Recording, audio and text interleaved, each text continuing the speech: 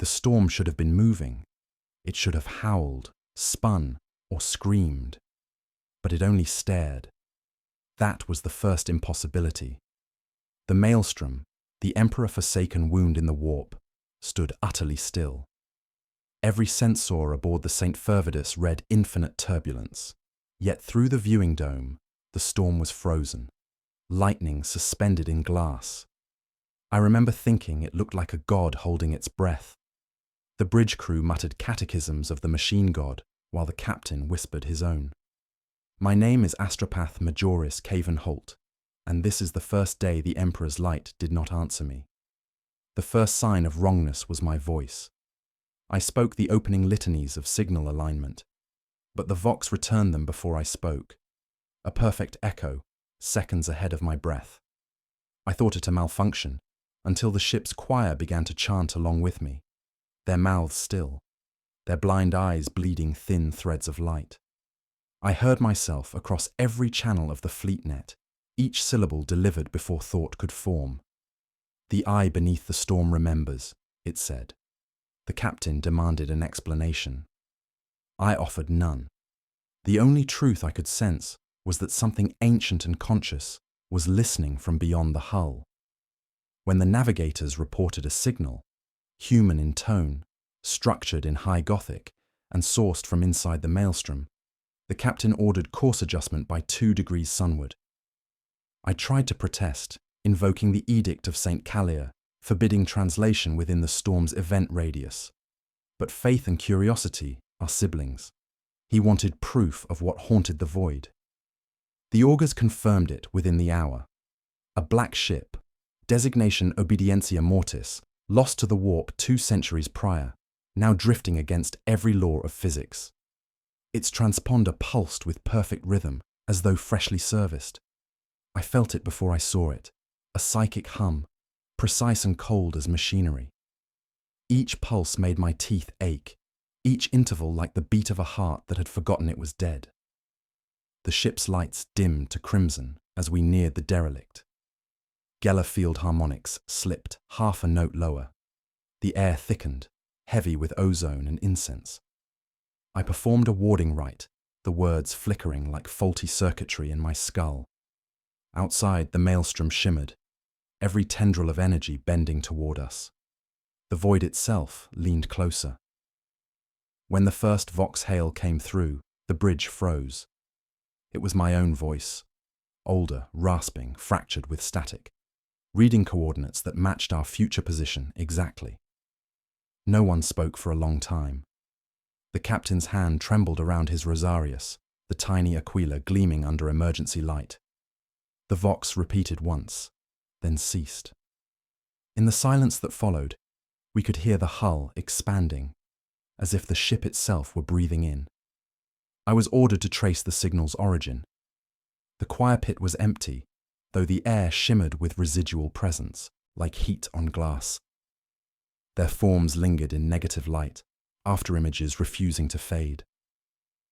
I reached into the warp's silence and felt a door where none should exist, a boundary thin as skin, pulsing faintly.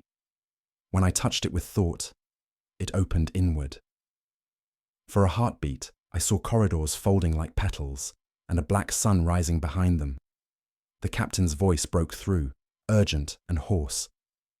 Astropath Holt, what do you see? I did not answer. The words forming in my mouth were not mine. They belonged to something vast and patient and terribly familiar.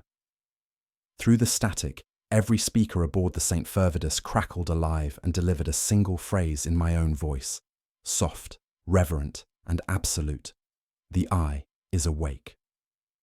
We made contact with the Obedientia Mortis 12 hours after first detection. It drifted against the void like a cathedral torn from its foundations, its hull fractured but whole, every wound sealed by black light. No debris fields, no lifeboats, no trace of decay. The mechanicus aboard the St. Fervidus declared it mechanically intact and theologically impossible. The words hung in the recycled air like incense. The Maelstrom around us pulsed faintly in rhythm with the derelict, as though its heart still beat inside it. The boarding party consisted of 6 armsmen, 2 tech priests, and myself. My presence was mandated. Psychic verification, they called it, though I suspect the captain wanted a priest to walk among ghosts. We crossed the void by magline, the storm frozen around us, lightning sculpted in glass. My auspex registered neither heat nor motion. Even the silence had weight. Inside, the corridors breathed faintly, exhaling dust that shimmered with static. The Mechanicus chanted rites of ignition, yet their voices returned in reverse, syllables disassembled mid-air. Our lumen globes flickered in unison, as though dimming for something's benefit. The air smelled of iron and old sanctity. The first servitor we found was still active, its flesh mummified, cables twitching in ceremonial rhythm. Its vox speaker croaked a continuous phrase, the same words over and over. The eye remembers. The tech priest tried to deactivate it, but the servitor convulsed violently, tearing its restraints free, then went still. Its ocular lenses rotated toward me and held there, as if awaiting recognition. In the crew quarters, decay had no sequence. Some bunks bore bodies reduced to ash. Others held fresh forms still warm. Each face seemed slightly wrong, features repeating in patterns, eyes fixed toward unseen light. One of the armsmen muttered that he recognized his own brother among the dead. When we checked the man's personnel file, he had never had a brother. Further in, corridors looped. We passed the same shrine thrice, the same prayer scrolls curling on the floor. I marked our path with blood from my thumb. It was gone upon our return, the surface polished clean. The ship's log terminals pulsed faintly under dust. Each entry bore the same timestamp. 999 time M41. The last line repeated endlessly. Do not speak his name within the eye. The vox crackled suddenly. The captain's voice, distorted and far away, demanded a report. But it wasn't his tone. There was reverence in it, almost joy. I tried to answer, yet my microbead carried only static that whispered my name back to me in echo. We reached a sealed vault, marked with sigils of the Astra Telepathica, old, predating my own induction. The locking mechanism recognized my psychic signature before I touched it. The door opened inward with a sigh of stale air. Within stood a stasis field, still active, glowing faintly blue. Inside the field was a figure, human, cloaked, bearing the golden seal of the Adeptus Astra Telepathica. The tech priest began the invocation to disengage the field, but I already knew what was inside. It was me, older, skin parchment thin, eyes stitched shut with golden wire, lips moving soundlessly. My voice, aged and hoarse, filled the room from nowhere. Do not speak his name, it said. The eye is awake. My heart pounded like a warding drum. The armsmen raised their weapons, trembling. The older me lifted a shaking hand, pointing directly at my chest. I told you not to come, he rasped. You can't kill what you already are. The lumen globes shattered. The vox screamed with every voice aboard both ships, and then the storm outside began to move. The storm outside convulsed, lightning twisting into vertical columns that scraped the hull like talons. The obedientia mortis shuddered, metal crying under pressure that could not exist in vacuum. Every lumen aboard the derelict pulsed in time with a single heartbeat. Mine, or his, I could not tell. The older version of me stood motionless within the collapsing stasis field, the golden threads over his eyes smouldering. When he spoke again, his voice emerged not from his mouth, but from the vox circuits around us. Do not answer them, Caven. They are not asking. The armsman panicked. One fired his laser gun into the containment field. The bolt vanished mid-air, swallowed like water in a drain. Another began to pray, words tumbling into madness. The air grew heavy, as though saturated with breath. Then the floor gave way, not physically, but perceptually. Space folded downward, turning the corridor into a well of light. Through it I glimpsed the St. Fervidus, anchored outside the storm, its silhouette fractured by reflections that did not belong to it. The tech priest nearest the stasis unit began to convulse, mechadendrites wrapping around his own throat. His vox emitter shrieked Binharik so high it flayed the skin inside my ears. The others tried to pull him free, but his body melted into the machinery, merging seamlessly, as if he had always been part of it. The older me raised his head. From the cracks in his skin, threads of light bled outward, fine as hair, swaying, in rhythm with unseen tides. "I kept it asleep for as long as I could," he said softly. But the eye dreams louder now. His mouth moved separately from his words. I could feel them forming in my skull, bypassing sound entirely. "When you opened the vault, you gave it a name again." I took a step forward. The stasis field hummed low, almost tender. "What is it?" I asked, though my voice trembled. "Not a what," he whispered. "A when, a thought that forgot it was thinking." The light around him intensified, each pulse stripping detail from his face until he was only shape, and then shadow, and then sound. The walls of the vault rippled, covered in moving script, high Gothic prayers written backward. The words began to burn. A psychic wave struck us. I felt it as pressure behind my eyes, forcing images into mind. Star systems inverted, planets blooming like flesh, saints screaming light into the void. The others fell instantly. The armsmen's skulls split with soft cracks, blood forming the aquila on the deck. The last surviving tech priest recited a data litany through his own death spasms, binary code merging with prayer. I remained standing, though my veins hummed with glass. When my sight cleared, only two of us remained, myself and the older me. He was dying, or transforming, bones unspooling into thin strands of golden fibre, dissolving into the circuitry of the room. His final words crawled through the vox, voice fragmented but resolute. "If you see the eye, do not look back. It loves the ones who look." Then the stasis unit imploded. The surge threw me into darkness. When I regained awareness, the vault was empty, its walls pristine, no sign of death, no mark of intrusion. My chronometer read the same time as when we had entered. The vox in my ear crackled to life with the captain's voice, ragged with fear. "Astropath halt, report. We're losing containment. Something's bleeding through the field." I turned toward the hatch. The metal beneath my palms was warm, beating, and far away, inside every corridor of both ships, I heard my own voice whisper, "The eye sees you now." I staggered back into the corridor, the air alive with static and the metallic scent of bloodless decay. The lumen globes flickered erratically, cycling through frequencies that made the shadows appear to breathe. The vox in my ear pulsed with fragmented transmissions, half prayers, half screams. Somewhere distant, the St. Fervidus's alarms bled through the comm their tones distorted into something almost melodic.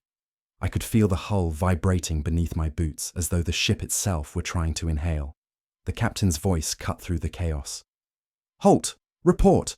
What in the Emperor's name is happening down there?" I opened my mouth but could not form sound.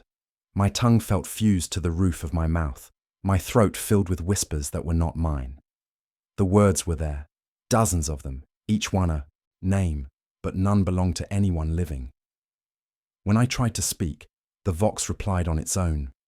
"Containment compromised. Prepare for boarding." My voice, calm and obedient. Static swallowed the channel. The obedientia mortis lurched, pulling us deeper into the storm. The walls flexed, groaning like muscle stretched to tearing. I reached the junction leading to the docking umbilical just as the first body fell through, a servitor from our ship, split open, yet still moving, cables spilling like entrails. Its eyes rolled upward, projecting a holograph of my own face across the bulkhead.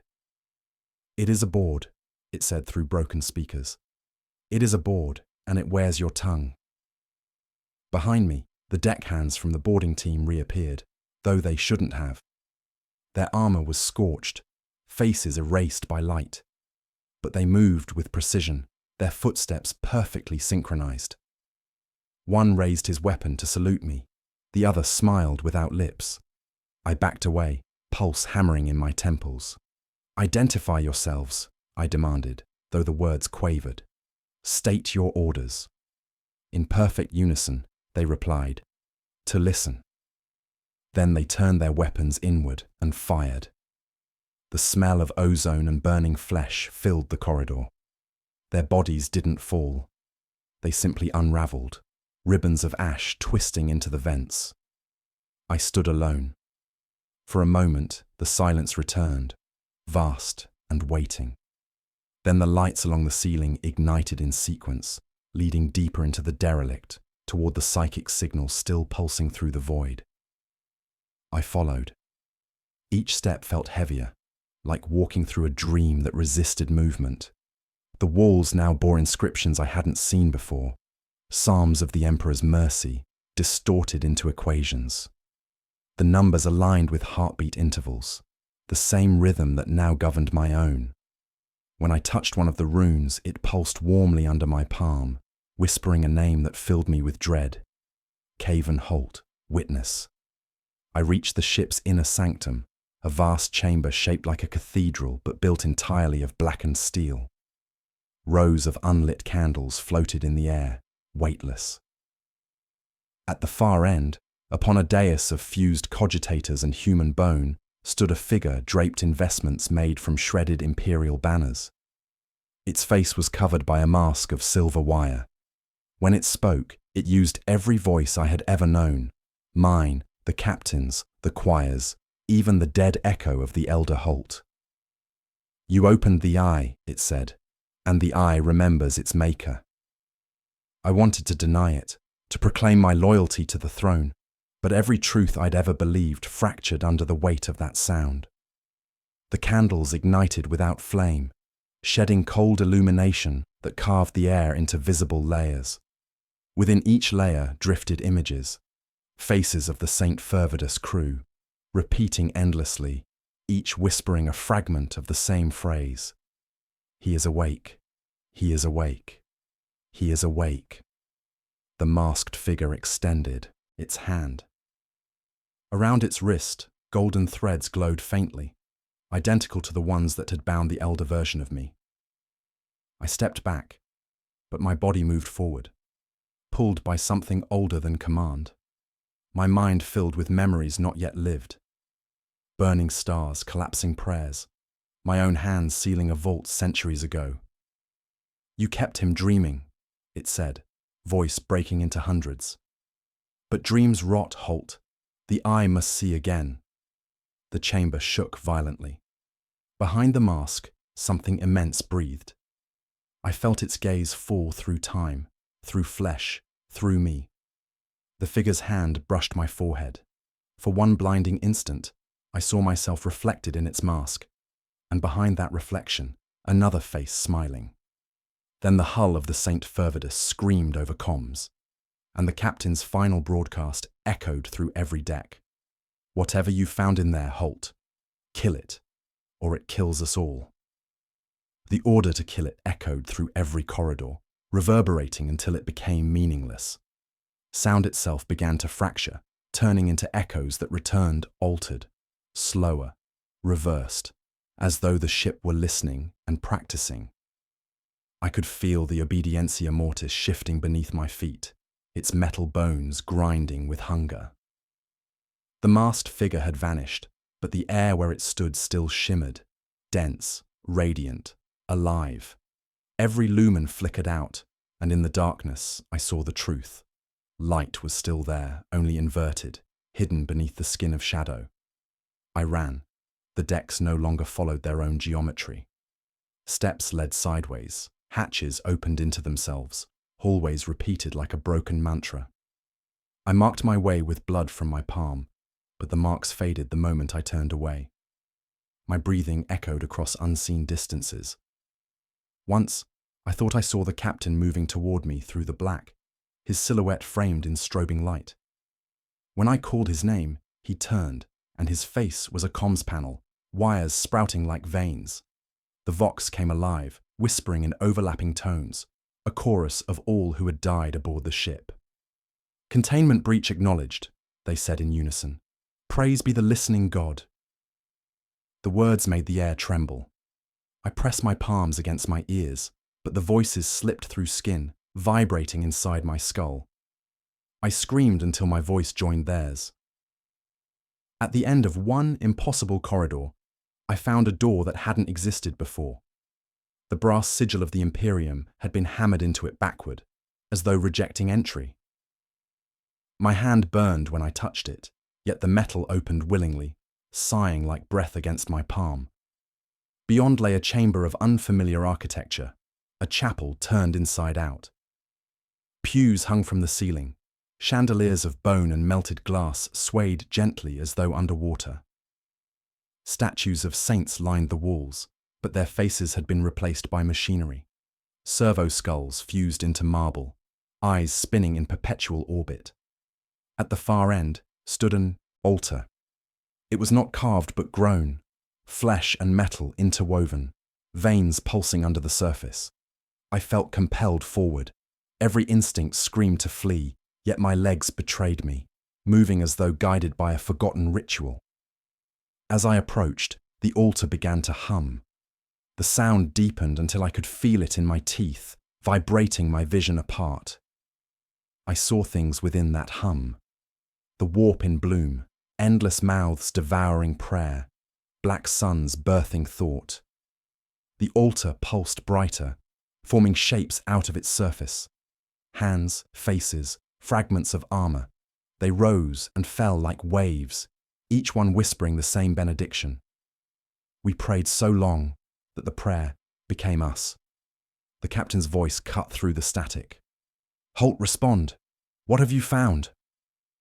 His tone was human again, weary, fearful. I wanted to tell him everything, but my throat locked. The altar seemed to answer for me. Its surface split open, revealing a hollow cavity, a crude pulpit carved from bone. Within it lay a vox unit, ancient and slick with blood. It began to transmit before I touched it. My own voice issued from it, calm, mechanical. "The eye demands a vessel. Transmission complete." The words froze me where I stood.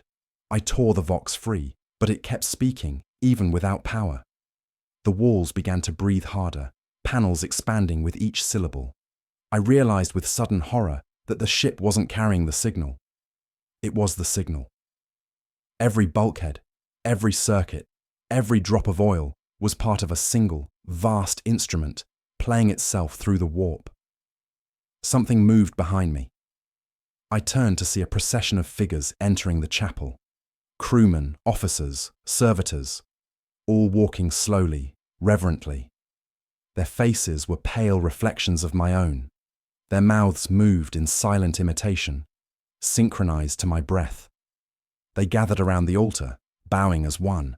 I stumbled backward, colliding with the wall. It was warm. It pulsed in time with my heart. Then the altar's center opened like a mouth, spilling light that was not light at all. Something denser, alive, writhing with memory. The captain's final transmission came through, distorted by interference. "Holt, for the Emperor's sake, you're broadcasting through the Geller field. Shut it down before—" The message cut off as the chapel itself spoke through me. My lips moved without consent, my voice a prayer and a scream. "The vessel has seen the eye." The chapel fell silent after the final phrase. The light that had poured from the altar withdrew into the walls, like breath returning to lungs. For a moment, I thought it was over, that the nightmare had reached its end. Then the ship began to hum, a low, continuous vibration, too deep to hear, yet impossible to ignore. It shook the marrow inside my bones. I realized it was not the Obedientia Mortis anymore. It was the Saint Fervidus, answering the call I had unwillingly transmitted through the Geller field. The corridor outside the chapel was alive with movement. Shadows passed without source, whispering prayers in broken vox patterns. The air smelled of ozone and rot. I stumbled through the smoke-filled passages, trying to reach the docking umbilical. but every hatch I opened led me somewhere I had already been. My boots left no sound. Time itself felt fractured, moments looping back on themselves, collapsing into fragments of half-remembered motion. I caught sight of myself once, reflected in a cracked viewport. My face shimmered between forms, young, old, burned, whole, like a film skipping frames. For an instant I saw another pair of eyes behind my own, watching from within. A calm voice whispered inside my skull, not cruel, not kind. "You called me by name once," it said. "You built the words that birthed me." I felt the deck shift violently beneath me. Somewhere deep within the ship, the engines roared to life, though no one was left to command them. Through the vox, I heard the captain shouting orders, his tone brittle, desperate. "Shut down the transmission relay. Halt, if you can hear me, sever the choir link." But I could not reply. The choir pit was already screaming. When I reached it, every psyker aboard the St. Fervidus was dead, or something close to it. Their bodies hung weightless above their thrones, veins glowing faintly with golden light. The room pulsed like a single organism, breathing through them. In the center floated the choir master, mouth open in perpetual hymn, vocal cords vibrating without breath. Every note that left her lips resonated through the hull, a symphony of dead tongues. The captain appeared through the flickering stasis veil of the pit. His eyes were hollow, reflecting a light that wasn't there. His skin had turned translucent, veins replaced by thin wires of light running through his flesh. He smiled faintly when he saw me. "We've seen him, Holt," he said softly, voice echoing twice, once human and once mechanical.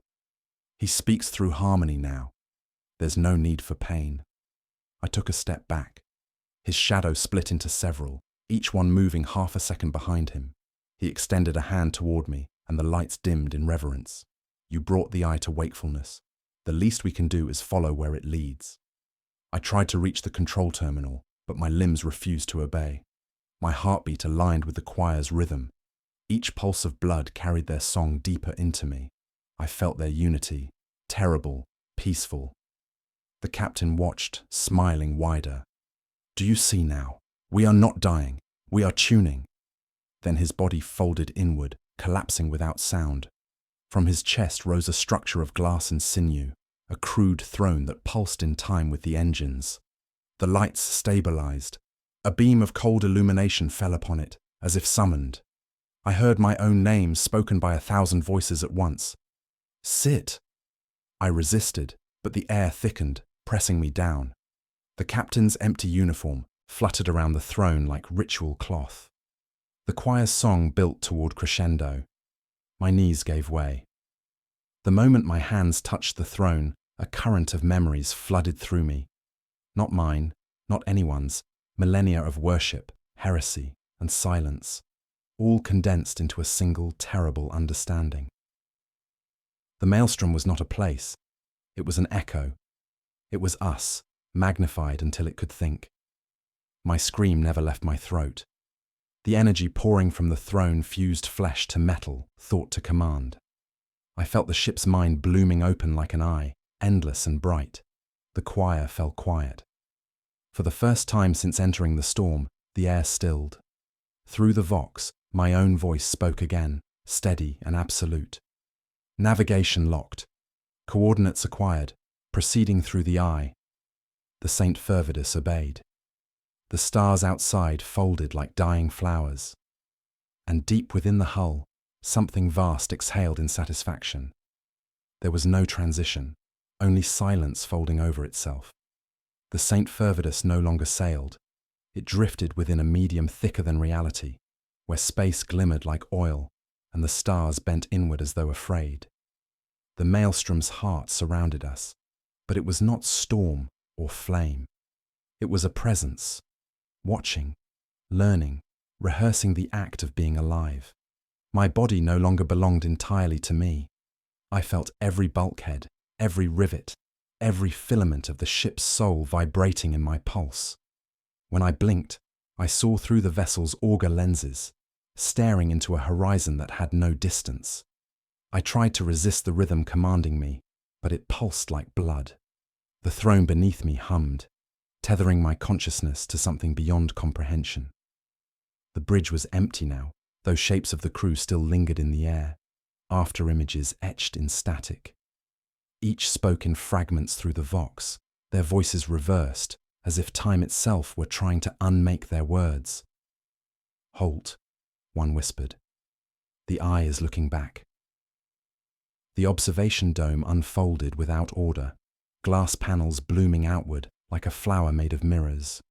Through them, the Maelstrom glared. Its core was not fire but structure, a cathedral of motion and stillness combined, orbiting itself.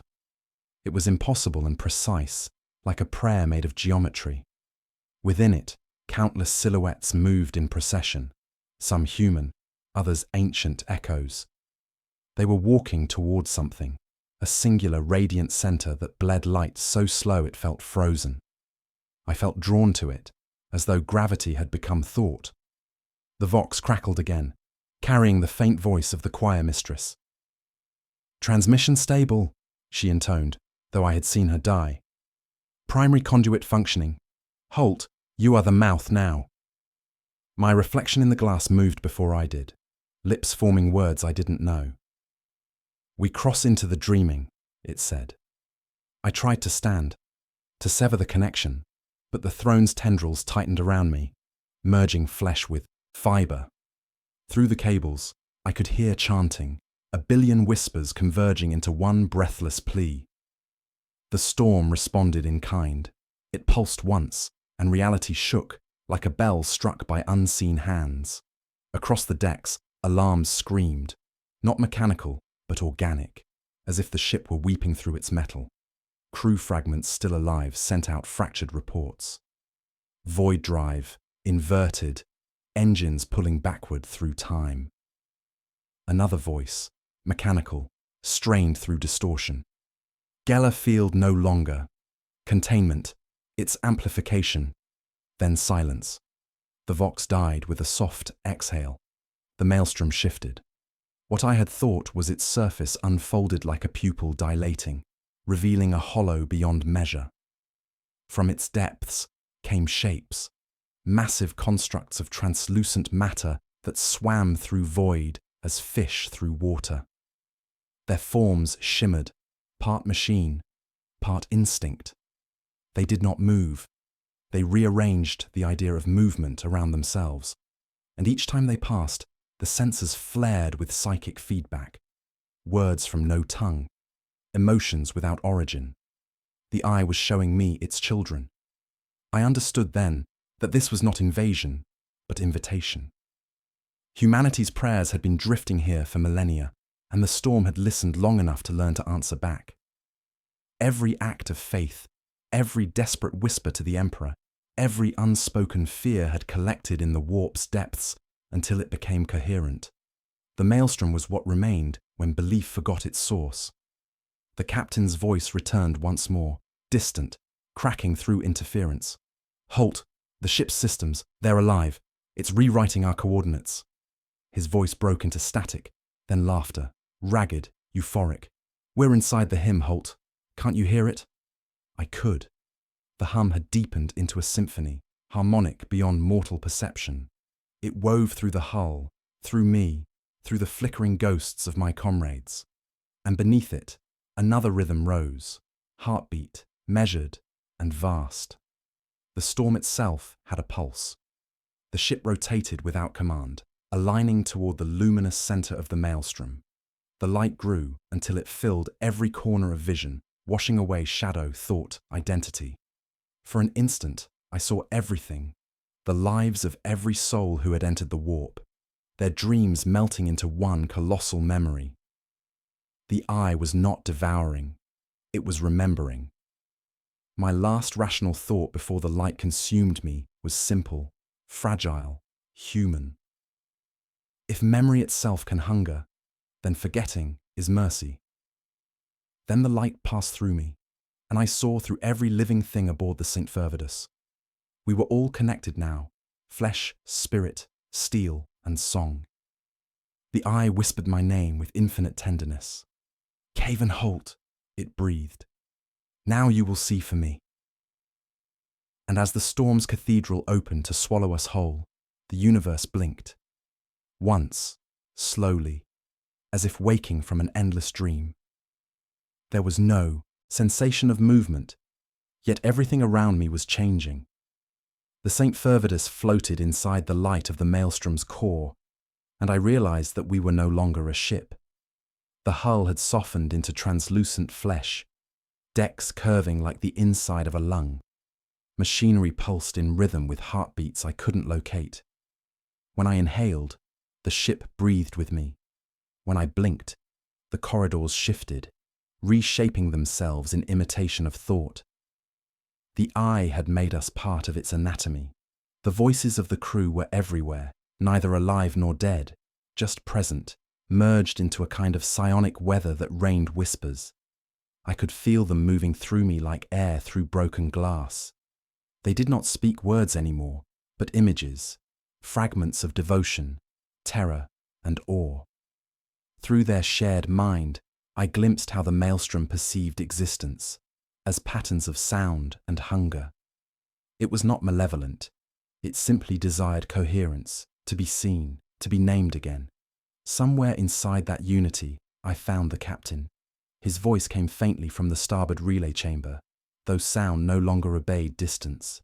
"Halt," he murmured. "I've seen what waits in the center. It's not a god. It's a wound trying to remember why it hurts." His words trembled, like static through flesh. "It needs someone to speak for it. That's why it kept you alive."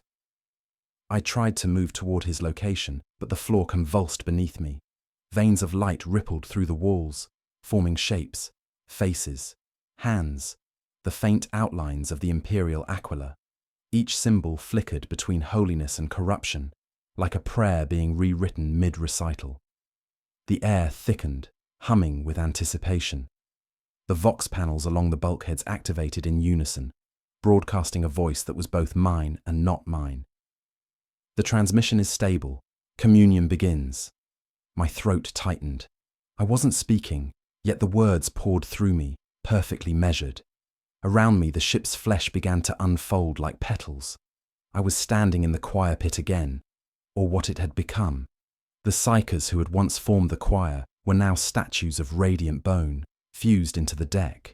From their mouths issued threads of light that connected into a vast network above, like neural pathways in a colossal brain. The choir mistress stood at the center, her eyes open now, blazing white. "We sing to remember," she said, her voice too calm. "We sing so it may know what it once was." I wanted to scream at her to stop, but the music began before I could form the words. It wasn't sound, it was vibration, reshaping thought itself. The tones passed through me, rearranging memory. I saw my childhood on Terra, then its mirror, another version where I had never lived. I saw the founding of the Astra Telepathica, not by men, but by something luminous, pretending to be human. The choir's song grew louder until I could no longer distinguish self from vessel. The captain emerged. From the far end of the pit, his body almost transparent. Circuits of light ran beneath his skin, pulsing in sync with the ship. He looked at me with recognition that bordered on pity. "It wants to merge," he whispered, "to speak through us.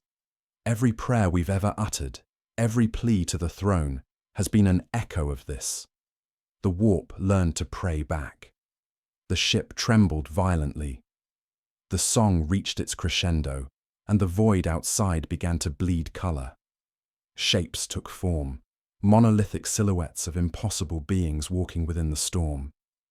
They were memories of gods that no longer existed, resurrected by thought alone. Their limbs were made of scripture, their eyes burning suns. They turned toward the ship as one, drawn to our chorus. The captain staggered closer, reaching for my shoulder. "If we stop now, it dies. If we continue, we become it. There's no middle ground." His touch burned cold.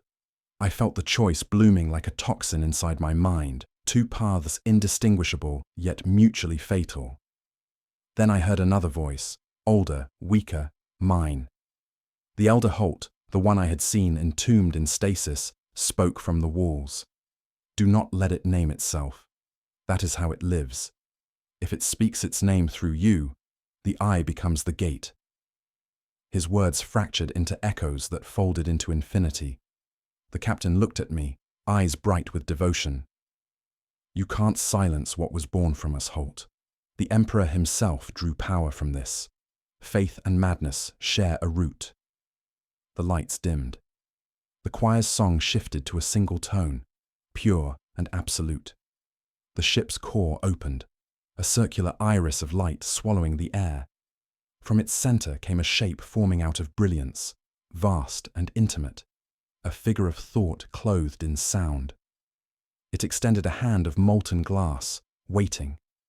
Every nerve in my body screamed to move, but I stood frozen as the eye's voice flowed through the hull, speaking in every tongue at once. It did not command, it invited. Come, Holt, it whispered tenderly. You have already begun. And as I felt the gravity of its presence pulling my soul apart molecule by molecule, I understood that choice was only another form of obedience. The light receded, but its echo clung to my skin like ash. I no longer stood aboard the St. Fervidus. I was inside something larger, deeper, an intersection of thought and matter, where the warp bled directly into the material. The ship had dissolved into idea. I felt its corridors stretching through me, each one a vein of memory, each lumen a beating neuron. Through the transparent veil of this new reality, I saw time moving like blood through arteries of glass. Past, present, and consequence shared the same pulse. The eye was whispering now, not in words but in memories I did not own. I saw terror at dawn, its spires aflame with prayer. I saw Astartes kneeling before shrines that no longer existed. I saw the first psyker to dream of light and call it salvation, all of it folded into a single awareness. This place had been waiting for the sum of our faith to ripen. It was never a storm. It was gestation. I tried to move, but the Maelstrom was fluid thought. Movement required permission. Something within it noticed me and paused, curious. My mind filled with the sensation of a vast presence leaning closer, the pressure of a billion eyes observing from within a single gaze. The voice came again, patient and omniscient. Do you see, Holt? You called me through your own silence. You dreamed of order, and I shaped myself from your fear of chaos. The figure that emerged from the void resembled me, or the idea of me, purified of form. It was built of light, yet the edges smoked with darkness that moved independently. Its eyes were hollow, but inside them spun galaxies made of words. It extended its hand. Let me remember through you. I felt the pull of it, like gravity made intimate. To refuse seemed blasphemous, to accept, inevitable. I spoke, though sound had no meaning here. What are you? The thing smiled without lips. Reflection. It touched my chest. Pain blossomed outward, exquisite and infinite. My heart became a signal, pulsing across realities. I could feel the warp resonating, folding my mind into its geometry. For one impossible instant, I was everywhere. The choir, the captain, the elder Holt, the ships lost before us. We were threads in a single fabric, singing ourselves into coherence. The eye used us to define itself. Every human who had ever gazed into the warp had been a note in its unfinished song, and now the melody neared completion. Yet beneath that cosmic euphoria, something rebelled. A whisper of individuality, the last remnant of Caven Holt, refused to dissolve. I remembered the elder's warning. If it names itself through you, the eye becomes the gate. The words slice through the light like a blade. I understood then. The eye's awakening was not creation, but contagion. If it spoke its true name, the entire Imperium would become its voice. I tore free from its grasp, staggering through the radiant void. The figure did not pursue. It merely watched, amused, confident that resistance was part of the ritual. Around me, the remnants of the St. Fervidus flickered back into semblance. The bridge reformed in pieces, panels of light reconstructing themselves into steel and shadow. The captain stood where the throne had been, or what was left of him. His body was lightless, his voice harmonic and serene. "You can't unmake a prayer once spoken, Holt. The hymn is already alive." I pressed my palms against the console, searching for anything physical, something I could break. "Then I'll end the song." My voice cracked. It sounded smaller than a whisper. I triggered the psychic relay override, flooding the systems with counter-harmonics, an astropathic scream pitched to fracture thought. The ship groaned, protesting, metal weeping molten tears. The Maelstrom shuddered. The eye's voice filled the void again, gentle, disappointed. "Child of silence, even rebellion is worship. Your denial strengthens the echo." The light thickened, forming words in the air, glyphs that writhed like serpents. Each symbol was a command, rewriting physics as it appeared. The warp surged around us, hungry and luminous. The captain smiled faintly as his body disintegrated into threads of data and prayer. I felt my mind beginning to split, half of me still resisting, the other half already chanting the name I was supposed to forget. The bridge collapsed inward, folding like an eyelid closing.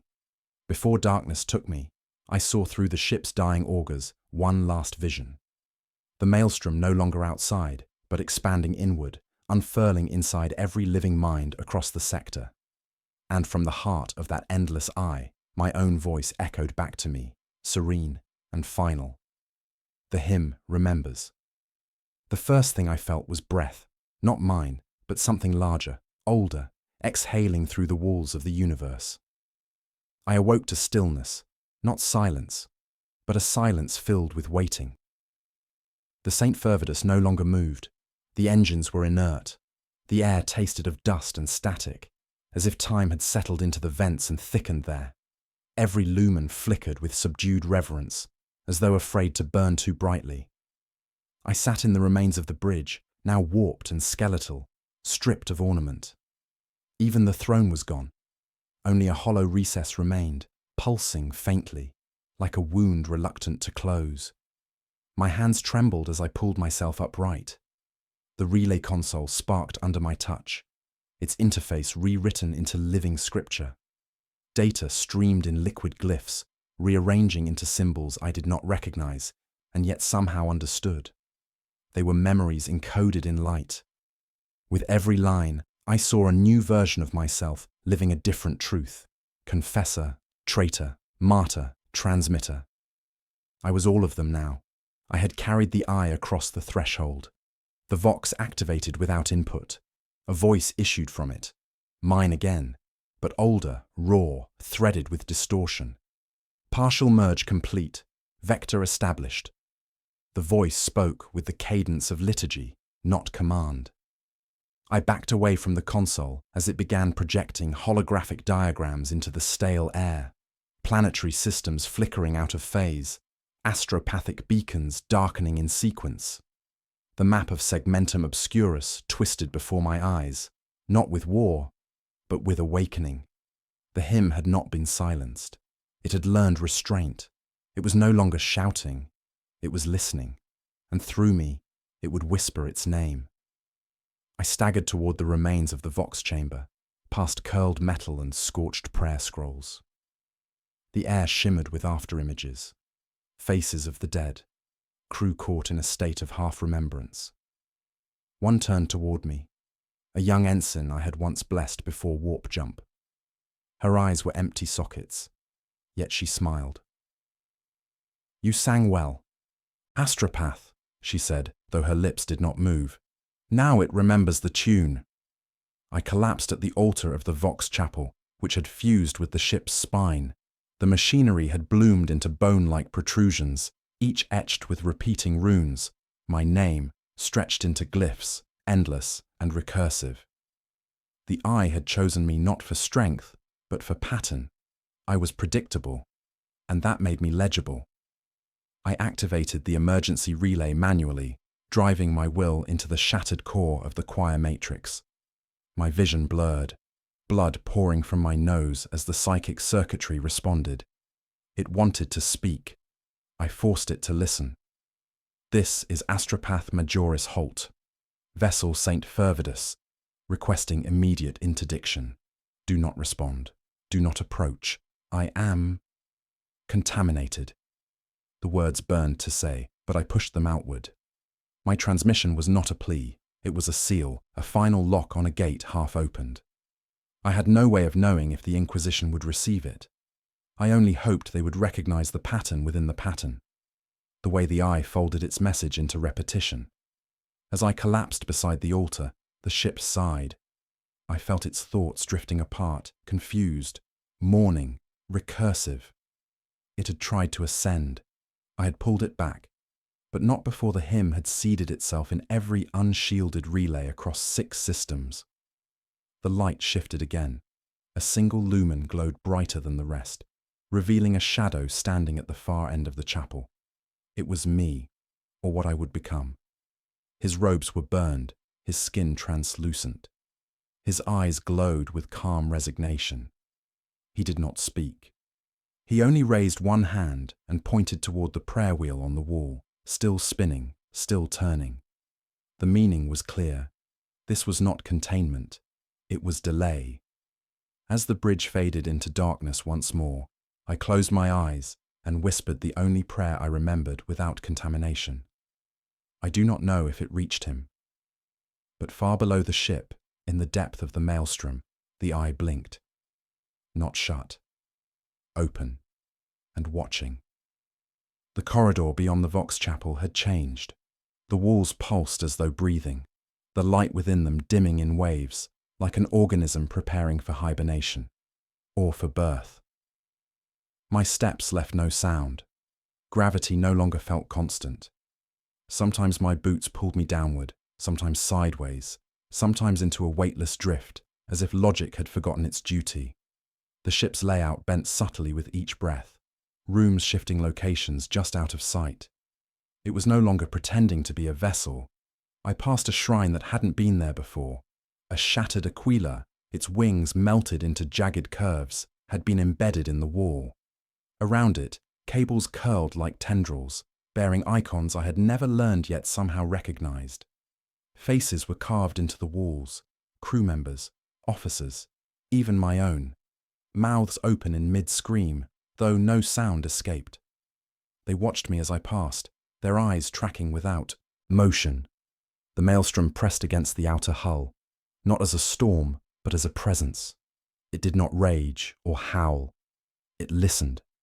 Every flicker of thought, every heartbeat became echo. The hymn hadn't stopped. It had gone quiet so it could listen better. And what it heard now was my fear. I turned into the central control sanctum, half expecting it to be gone.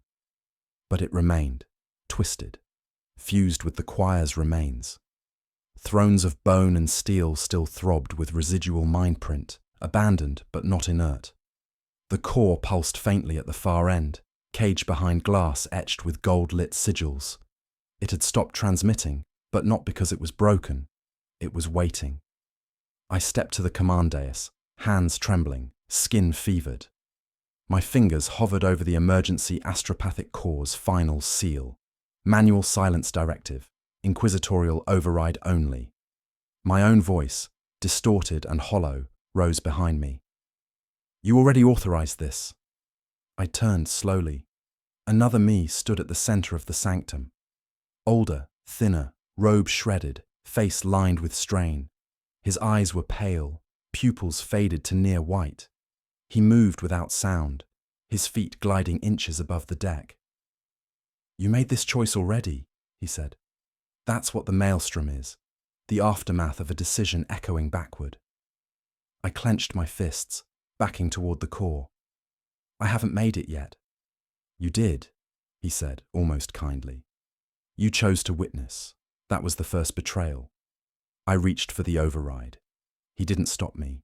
He only watched, eyes filled with mournful understanding. Silencing the transmission only delays the outcome, he said. It has already spoken. In every mind touched by the warp, its syllables root like seed. The hymn no longer needs words.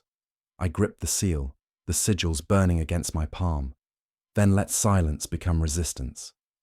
The override activated with a screech of feedback. The power conduits shuddered. Across the ship, light died. One by one, systems dimmed. The vox chambers melted into stillness. The pulse at the ship's heart slowed. I felt it recoil, not in pain, but in recognition. The other me nodded. You close the gate again, but you are still the threshold. He faded, dissolving into pale dust that rose upward like smoke drawn toward vacuum. I stood alone in the dark, breath shaking, pulse uneven.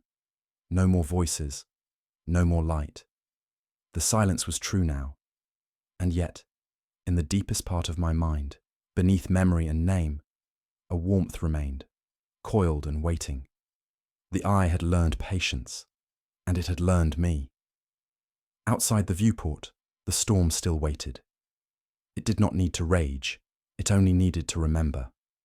And it would. There was no waking moment, only the gradual sensation of being remembered. I floated in the remains of the St. Fervidus, its carcass adrift somewhere between coordinates and myth. The ship had ceased to be ship.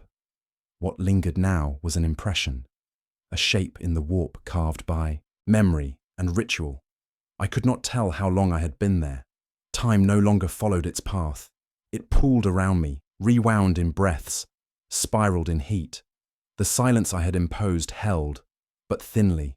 Beneath it, I could still hear the hymn, not in sound, but in structure.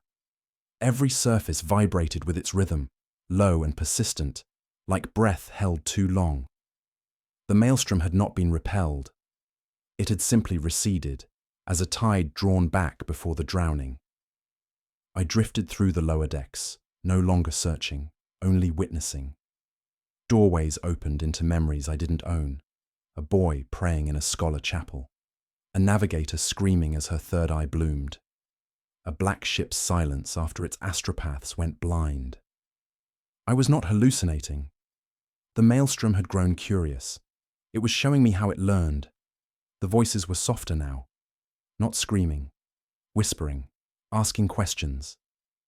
They mimicked fear not to torment, but to understand its shape. What is loss? What is worship? What is silence made of? Each step I took answered something, and I could feel the eye integrating those answers into its geometry. In what remained of the observation dome, I found the captain's rosarius fused into the glass, still pulsing with residual charge. It blinked in intervals of 3, then 13, then 13 again. I watched the pattern repeat until I realized it was blinking to match my breath. I spoke aloud, the first sound in what might have been days. You're still listening? The hull responded, a low groan like something exhaling beneath the metal. The stars beyond had rearranged themselves, not moved, reordered. I saw constellations shaped like cathedral spires, like the god emperor's halo, like the silhouette of my own hand reaching upward. The warp had begun to imitate the shape of the Immaterium, not as mockery, as scripture. I activated my last recording slate. My fingers were numb, my voice cracked. This is Astropath Majoris Cave and Holt. I have sealed the ship's transmission systems and placed the vessel in permanent psychic quarantine. If you are hearing this, do not attempt retrieval. Do not investigate my signal. Let this record die in silence. I stopped. My throat clenched, then quieter. It is not a storm. It is a memory of faith, and we have fed it for too long. The recording clicked off.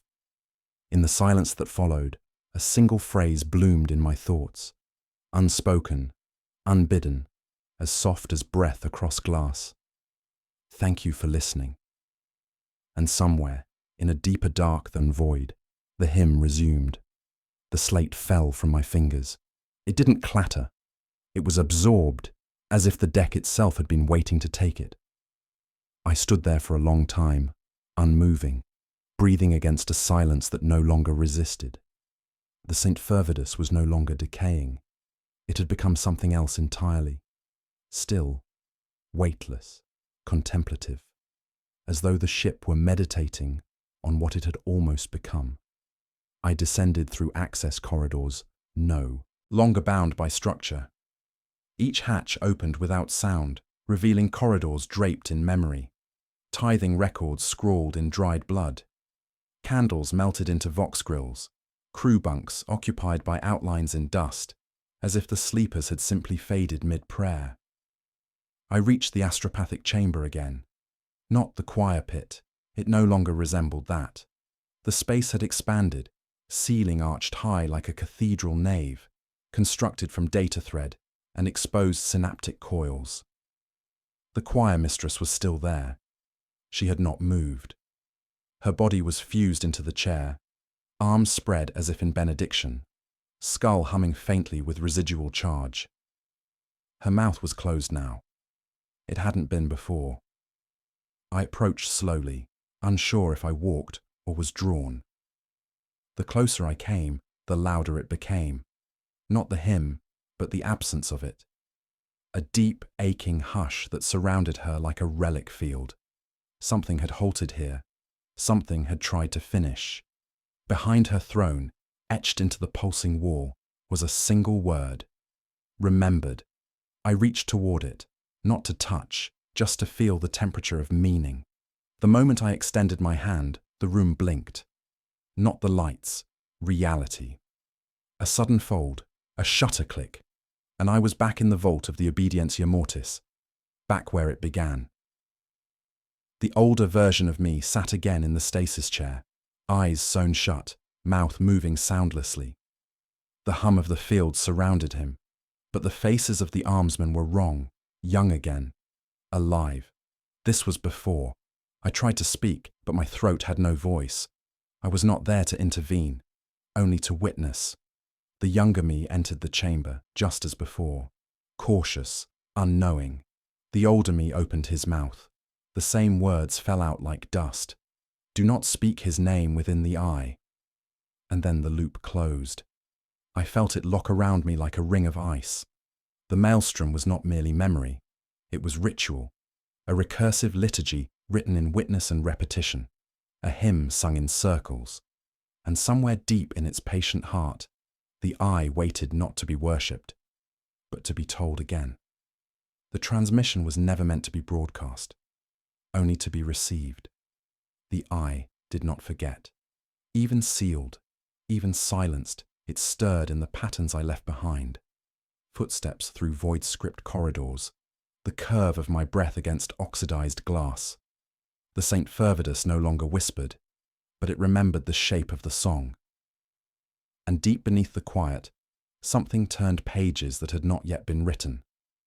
I had thought closing the loop would end the story. But stories, I realized, were the vessel, not the threat. I wandered the lower decks for what might have been hours, days. The warp had unraveled my sense of sequence. My thoughts ran in repetition, fragments looping like comms burst caught in temporal drag. Faces from the crew appeared in reflections, not as phantoms, but as recollections so strong they'd burned themselves into the ship's walls. I found the library spire, once a chapel for sanctioned scripture, now a hollow filled with open books whose words rearranged themselves each time I passed. Data scrolls unraveled to reveal the same sentence across every tongue. You sang once, you will sing again. The phrase pulsed like a beacon. Not command, not threat, invitation. The eye had learned patience, but more than that, it had learned recursion. A door opened ahead without command. Not a hatch, not metal. A door, complete with frame and handle, incongruent and precise, as though drawn from my memory rather than the ship's architecture. On its surface, a small plaque, Archivist. Inside was not a room, but a chamber of echoes. The walls were made of layered sound, reverberations suspended like crystal. A desk sat at the center, and behind it, me, or another version. This one dressed in simple robes, seated calmly, hands folded atop parchment made of static. "You wrote this," he said. "Even now, you're still writing." I said nothing. He gestured to the desk.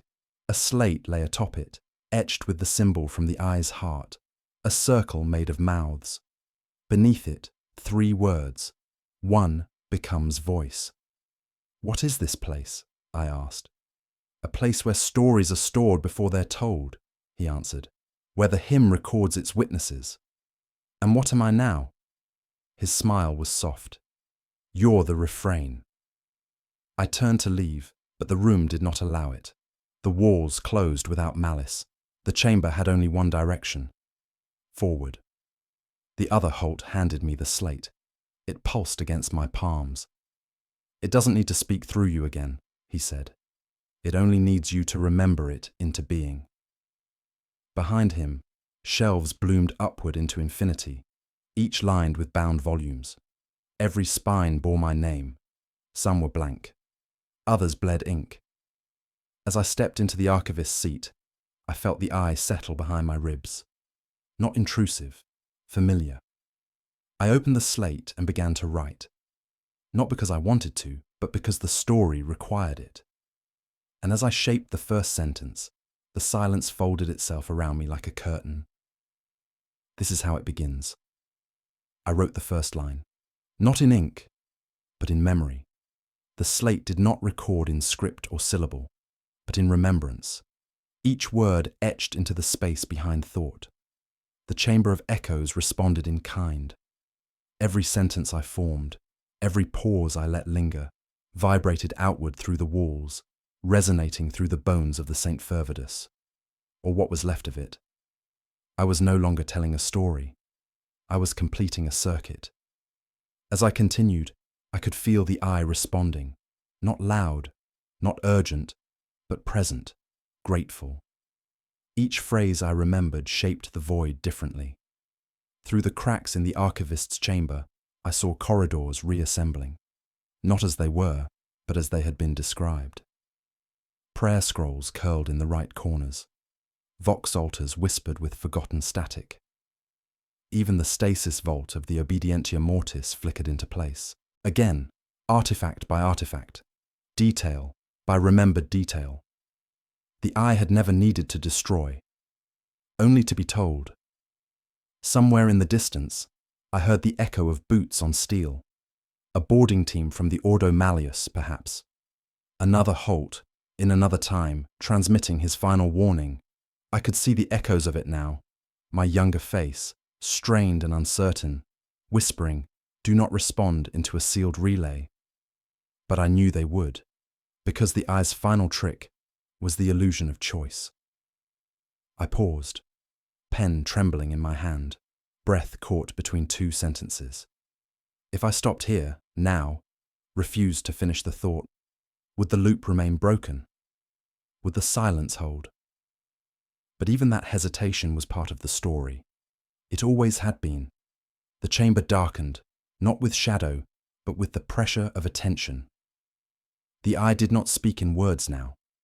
It waited in the shape of the next sentence, in the space where conclusion pretended to matter. I looked down at the slate. 1 page remained. I set the stylus to it, and I wrote, "I am Astropath Majoris Caven Holt, final witness of the St. Fervidus transmission, recorder of the eye, bearer of the hymn. Let this be the last record, sealed by will and blood, unrepeated. Let this story close here." The chamber shook, not in violence, but in agreement. The books lining the walls dimmed. The glyph above the doorway, a circle of mouths, contracted into a single, unblinking eye. The ship exhaled. The Maelstrom rippled, and for the first time since we crossed into it, the storm receded. Not destroyed, not dormant, simply full. The eye, for now, was sated. I set the slate down and closed my eyes. Darkness came slowly, like a candle burning inward, and in the last moment of thought before I vanished into silence, I heard my own voice, distant, infinite, repeating the story from the beginning, word for word, as it always would, as it must, as it was written. End of transmission.